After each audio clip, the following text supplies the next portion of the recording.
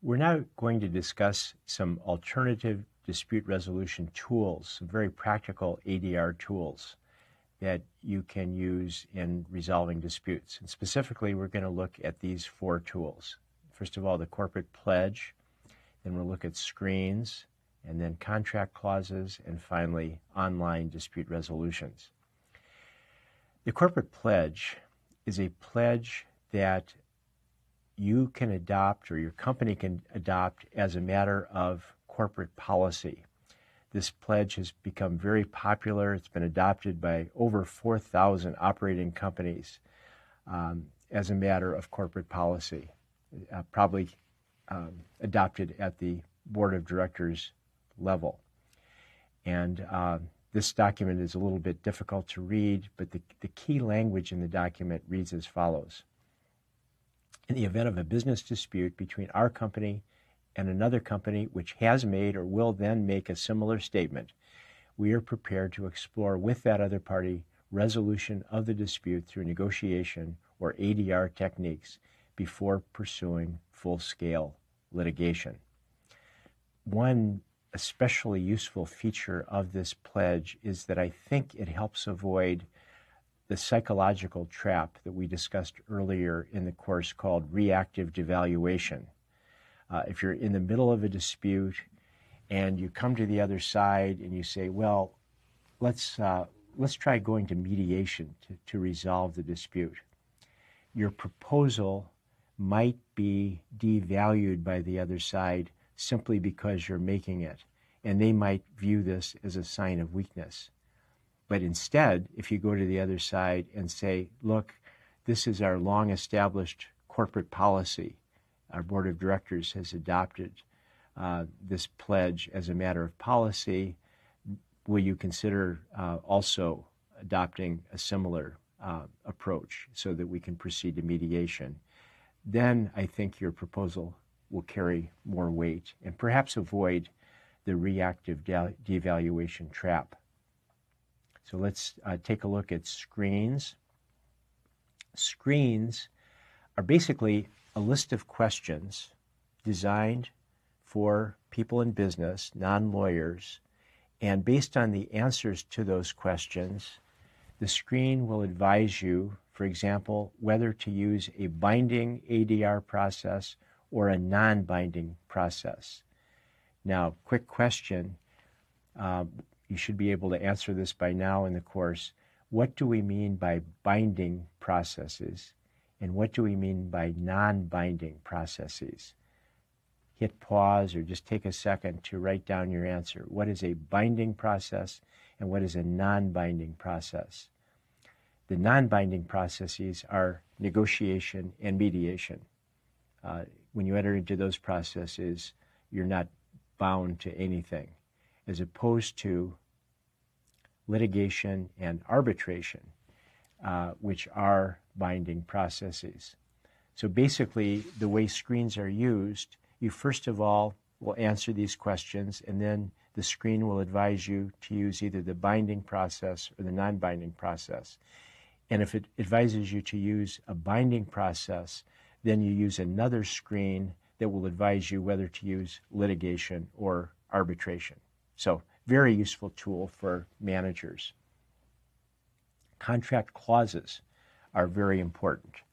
And in determining whether to use an ADR clause, there are 2 basic scenarios. The first scenario is where you include the clause in a business contract.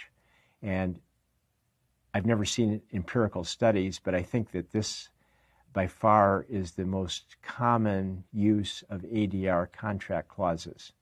The second possibility is not to include the clause in a contract and wait until a dispute arises. This is a little more dicey because once you're in the middle of a dispute, it's going to be more difficult to persuade the other side to agree to mediation or arbitration. So it's better, I think, to bake it into the original business contract. And there are a variety of clauses that you can use. You can find these easily on the internet. One possibility is to simply state in the contract, we agree to go to mediation in the event of a contract dispute. Second possibility is simply we agree to go to arbitration.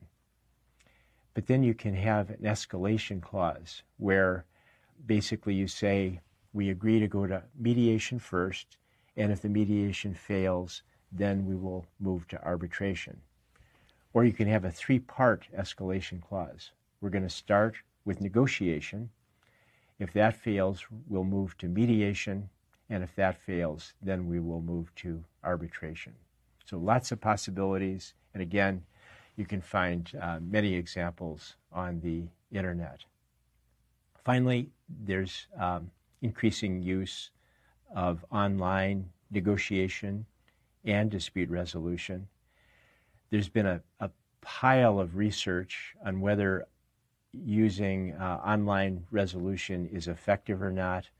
I've got a huge stack of research studies. I've tried to summarize the pros and cons of using online negotiation and dispute resolution. And you can see here some of the basic conclusions, a lot of reasons on the left-hand side to use online negotiation and dispute resolution, a lot of reasons on the right-hand side not to use it. I think these are fairly self-explanatory, but I think the bottom line on the right-hand side is that online negotiation and dispute resolution is less effective. However, the bottom line on the left-hand side is it's cheaper and more convenient. It's a lot cheaper to use online than flying to various locations and having face-to-face meetings. One compromise that you might consider is that one of the reasons why online negotiations are not as effective is that it's more difficult to build rapport. That's the very first item under con, hard to build rapport.